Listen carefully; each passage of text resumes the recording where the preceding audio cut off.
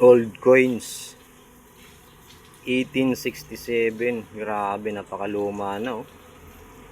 1867. To centesimi.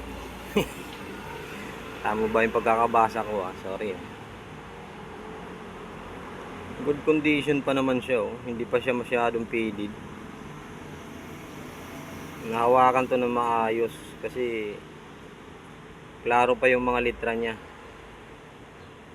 Ito yung harap. Ayan oh. Vittorio. Tama ba? Italian coin yata ito yung mga ganito. Ayan oh. Maganda pa yung condition niya. Grabe, 100 years old na to. Mahigit. 1867 eh oh. Made of copper siya.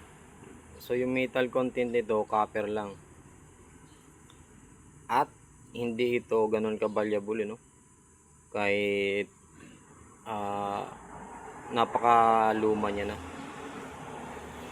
Dahil siguro sa metal content, dahil ano lang siya, copper.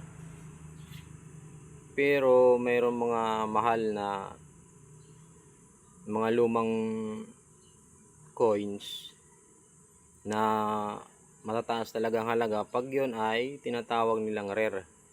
Hard to find, tapos rare.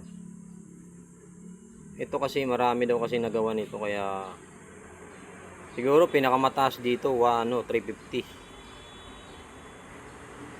Tsaka ibang bansa to eh, dito sa Pilipinas. So baka doon sa kanila mataas ang value nito. Pero dito kasi sa atin, ang mga nangungulikta, meron din mahihilig sa mga foreign coins. Pero yun nga, mababa lang yung bili nila pag mga copper content o kaya mga bronze. Dito sa atin pag silver content, yon mataas ang ano nila bili.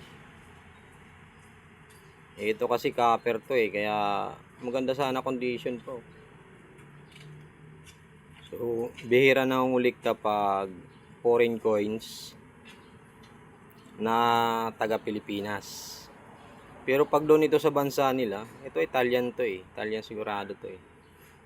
Pag doon sa bansa nila, mas mataas ang value nito. Siyempre bansa nila yun eh.